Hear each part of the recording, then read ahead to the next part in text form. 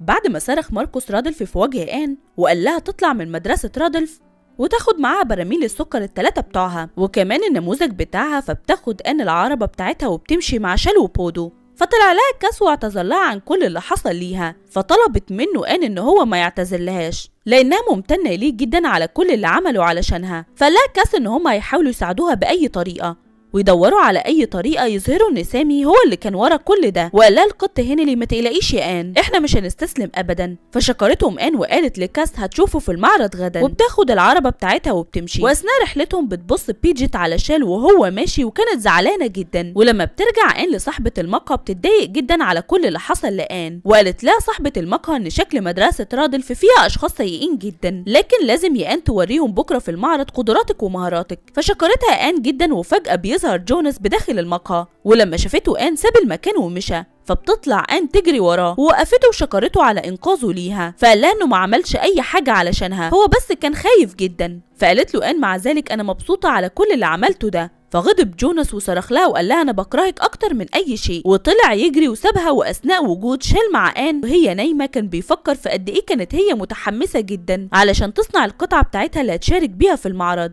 وقد ايه كانت سعيده لما كاس شكر في مهاراتها جدا. فجاه بيدخل بودو على شال وقال له الحق، انا كعادتي بتذوق السكر الفضي بتاع آن، لكن بعد خروجنا من المدرسه لقيت ان طعمه مختلف جدا عن اللي صنعته آن بنفسها، وانا متاكد ان ده مش السكر الفضي اللي صنعته آن، لكنه السكر اللي مصنوع بكميه كبيره في مدرسه رادلف. وبالفعل بيروح شال علشان يتذوقه بايده علشان يتاكد من كلام بودو. فغضب جدا لما اكتشف الخدعه دي، وقال شال لبودو ما تقولش الآن على أي حاجة حصلت وخليها تشارك في المسابقة بتاعت بكرة. لما سألوا بودو طب أنت هتعمل إيه؟ فقال له شال إنه هيدور على السكر الفضي بتاع آن. ولما راح شال للقط هنلي وكاس بيخبط التلاتة على إليوت وبيقولوا له إن هم لازم يدوروا على شاهد أو دليل على اللي حصل للسكر الفضي بتاع آن. وأول ما بيدخلوا على إليوت بيشوفوا بيجيت عنده وهي غيرانة جدا من مساعدة الجميع لآن. وأول ما بتشوف شال بتكون محرجة جدا وسعيدة بوجوده. ولما بيقول شال إن آن كل اللي وصلت ليه ده بمجهودها وإنها مش شخص مدلل زيها، زعلت بيجيت من الكلام اللي قاله لها شال جدا. ولما بيسأل إليوت الجميع هم هنا ليه،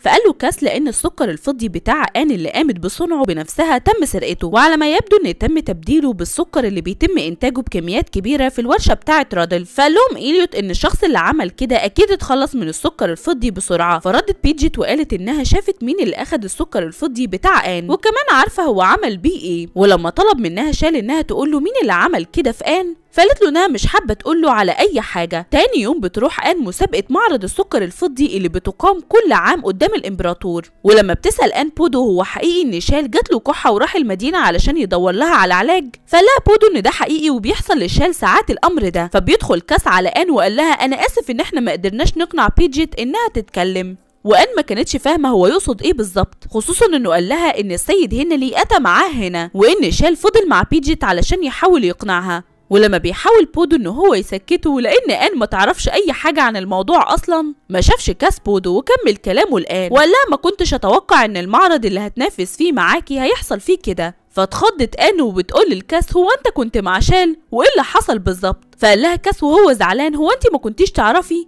ولما قرب لها علشان يحكي لها الموضوع وقفوا رئيس المعرض وطلب منه يكون في مكانه. وبيقول الفيكونت الملكي هيو انا اتبعت لي رساله النهارده الصبح، والرساله بتقول ان آن اللي بتنوي المشاركه في معرض الحلوى السكر الفضي النهارده ما تستحقش تاخد لقب سيده السكر الفضي. فاتخضت آن من اللي هي سمعاه جدا. وكمل هيو وقال ان الرساله بتقول انها لا تملك المهاره الفنيه لتصنيع سكر الفضي بنفسها، والدليل على ده السكر الفضي اللي هي جابته معاها هو نفس السكر اللي تم انتاجه بكميه كبيره وتنقيته بداخل مدرسة رادلف. فقال كاس مستحيل اللي بيحصل ده. أستاذ هيو حضرتك تعرف قدرات آن والحقيقة إنها أفضل من أي حد موجود هنا. فصرخ رئيس المعرض في وجه كاس وقال له ما تتكلمش غير لما يطلب منك ده، وبما إن تم تقديم شكوى رسمية للفيكونت هيو فإحنا لازم نحقق في الموضوع ده بنفسنا. فقال هيو ده حقيقي احنا هنقوم بفحص براميل السكر الفضيه بتاعه آن بنفسنا. فقالت آن انها مش معترضه ابدا، وكان بودو متضايق جدا لانه عارف حقيقه الموضوع واللي حصل في آن كمان. وبالفعل جابوا البراميل اللي مع آن وطلبوا من مدير ورشة رادلف ان هو يفحصها معاهم. واول ما بتشيل آن غطاء البراميل بتتصدم من اللي هي شايفاه جدا، وعرفت ان تم تبديل السكر بتاعها. فقال مدير مدرسة رادلف ماركوس ان السكر ده هو اللي احنا قمنا بتنقيته بكميات كبيرة في ورشتنا العام ده، وآن كانت مصدومة من اللي حصل فيها وبتسأل نفسها مين اللي عمل فيها كده. نروح لشال اللي كان مع بيجيت وطلب منها تقوله على مين اللي عمل كده في آن، ولسه بيجيت مصرة على إنها ما تقولوش أي حاجة. فقال لها شال هو أنت لسه عايزة تاخدي الجناح بتاعي؟ فقالت له بيجيت أكيد.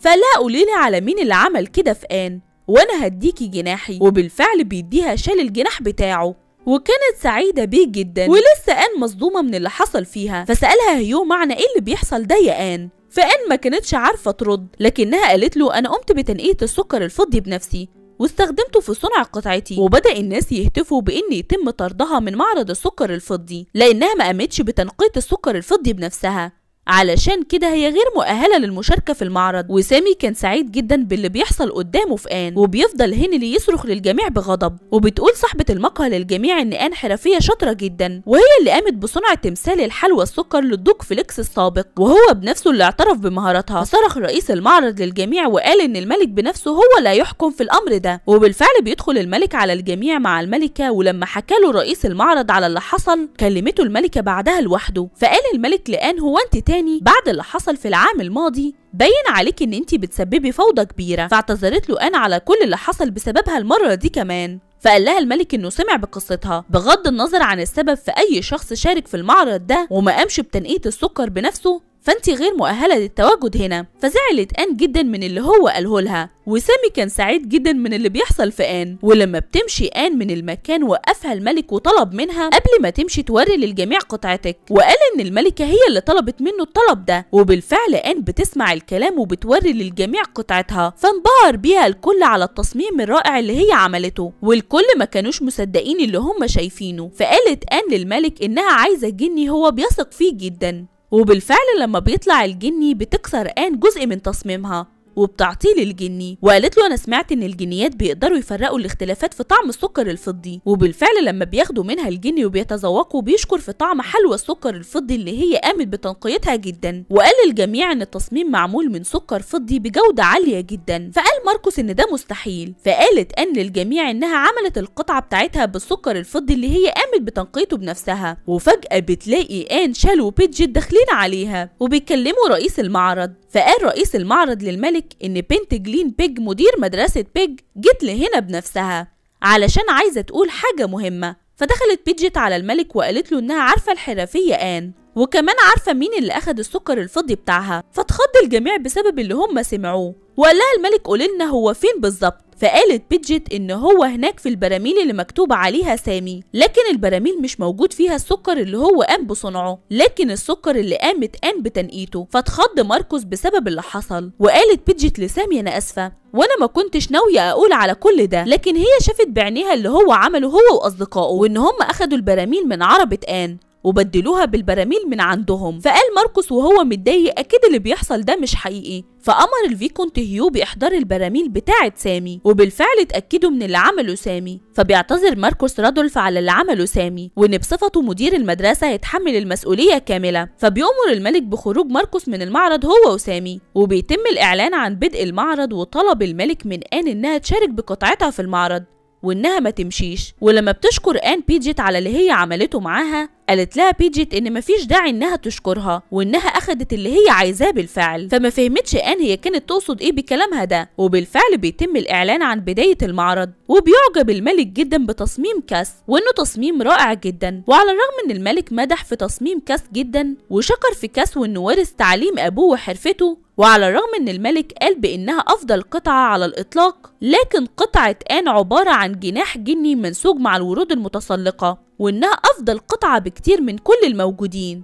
فتفهم كاس كلام الملك وقال ان هو سعيد برأي الملك جدا. وفي النهاية بيتم الاعلان بان آن هي الحاصلة على الميدالية الملكية وانها سيدة السكر الفضي للعام ده، والجميع كانوا سعداء جدا وبودو كان فرحان اكتر واحد. واخيرا بتحصل آن على الميدالية الملكية اللي كان نفسها فيها من زمان جدا. فبتشكر آن كاس على اللي هو عمله معاها. فقال لها كاس انها ما تشكرهوش وان الشخص الحقيقي اللي المفروض تشكره هو شال، لان هو الوحيد اللي قدر يقنع بيجيت. وبتجري آن علشان توري لشال الميدالية الملكية بتاعتها. ففرح شال جدا بيها وقال لها انها بكده اسست مستقبلها وانها مش محتاجاله بعد الان. فاتخضت ان من اللي هو قاله لها، ولما سابها حاولت ان تمسكه وتساله هو بيقول كده ليه. فقال لها شال انه ما ينفعش يكون معاها بعد الان. ولما سالته ان هو يقصد ايه بكلامه ده وهل هو مل من وجودها معاه، فبكى شال وقال لها انه عمره ما حب ان هو يسيبها ابدا، وسابها ومشى وركب مع بيجيت العربه بتاعتها. ولما بيروح إليوت لآن قال لها ان شال ضحى بحريته علشانها وعلشان بيجيت تقول له على مكان السكر الفضي بتاعها. مقابل ده شال اعطى جناحه لبيجيت، فاتصدمت آن من اللي هي سمعته وبتفضل تجري ورا العربه علشان توقفهم، وهي عماله تبكي وزعلانه جدا من اللي عمله شال.